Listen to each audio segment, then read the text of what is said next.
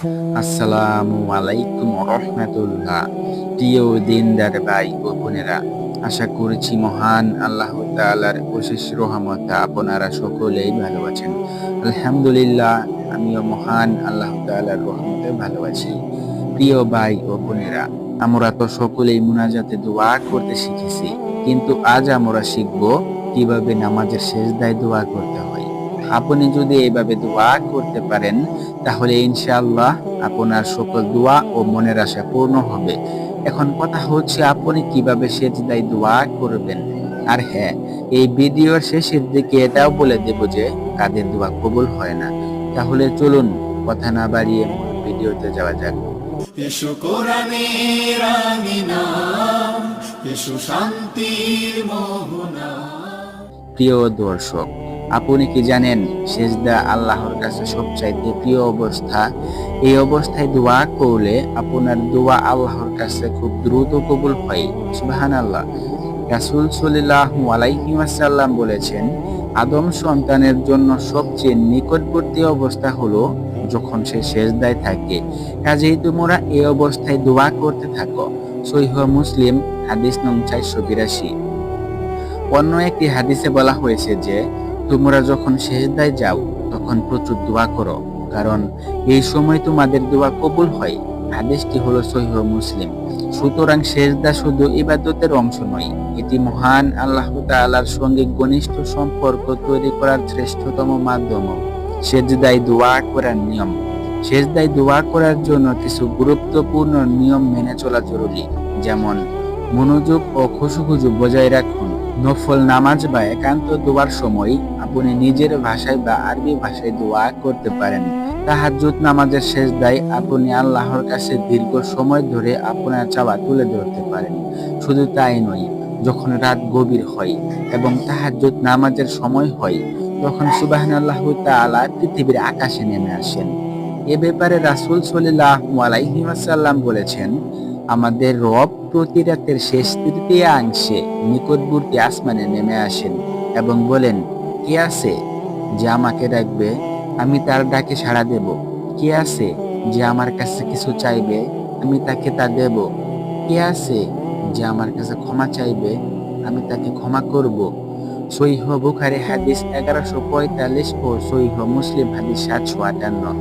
এটি এমন একটি সুযোগ যখন আল্লাহর কাছ থেকে আমাদের সকল চাওয়া পূরণের জন্য দোয়া করার শ্রেষ্ঠতম সময়। দোয়া করার সঠিক নিয়মটি হলো, সেজদায় যাবার পর 3 বার সুবহান রাব্বিয়াল আলা পড়ার পরেই এই দোয়াটি পড়ুন। দোয়াটি হলো, রাব্বানা আতিনা ফিদ দুনিয়া হাসানা ওয়া ফিল আখিরাতি হাসানা ওয়া কিনা আযাবান নার। অর্থ, হে আমাদের প্রতিপালক, আমাদেরকে দুনিয়াতে কল্যাণ দান করুন, আখিরাতেও কল্যাণ দান করুন এবং আমাদেরকে জাহান্নামের আগুন থেকে রক্ষা করুন। শুধু তাই নয়, এই দোয়াটি পড়ার পর আপনি আপনার মনের ইচ্ছা ও আকাঙ্ক্ষার কথাও জানাতে পারেন, যেমন, হে আল্লাহ, আমার মনের ইচ্ছাগুলোকে পূর্ণ করিয়ে দিন ও সফলতা দান করুন এবং আমার মা বাবাকে 5 ওয়াক্ত নামাজ পড়ার তৌফিক দান করুন।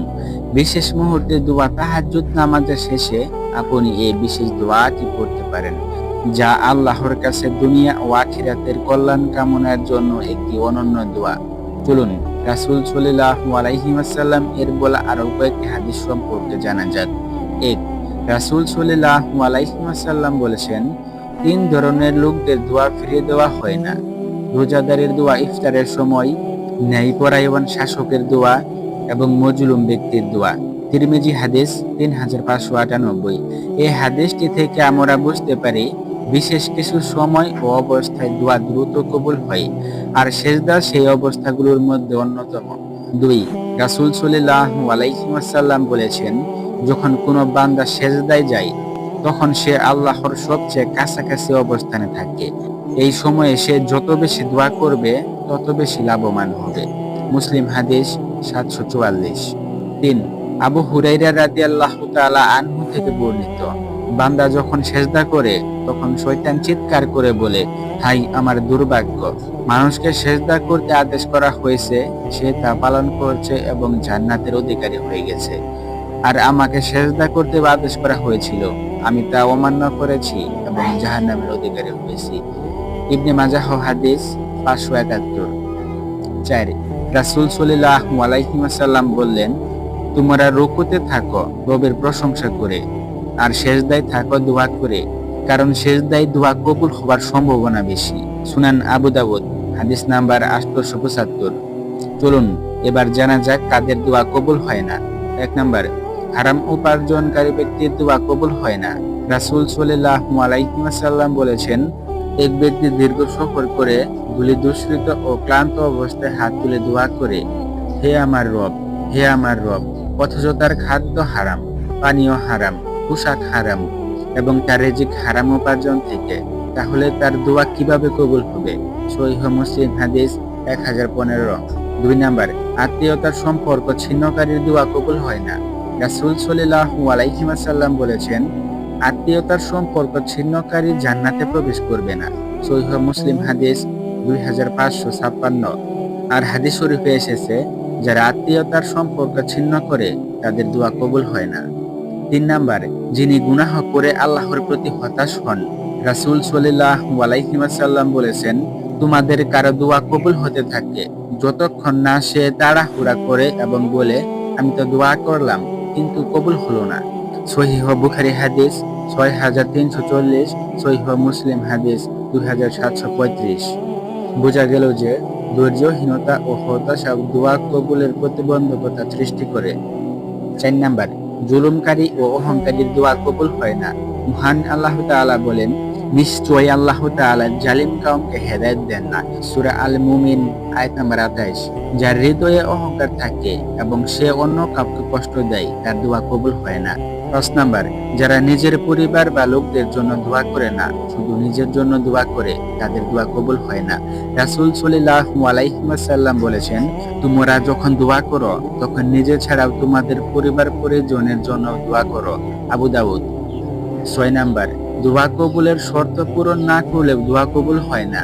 যেমন গাফিলতির সাথে দোয়া করা, দোয়া করার সময় মনে না থাকা যে আমি আল্লাহর কাছে কি চাইছি, দোয়ার আগে গুনাহ থেকে তওবা না করা। রাসূল সাল্লাল্লাহু আলাইহি ওয়াসাল্লাম বলেন, আল্লাহ তাআলা এমন হৃদয় থেকে আসা দোয়া কবুল করেন না যা গাফিল ও মনোযোগহীন। তিরমিজি হাদিস 3479। প্রিয় দর্শক, সেজদা হলো আমাদের আল্লাহর কাছে সবচেয়ে নিকটবর্তী মুহূর্ত।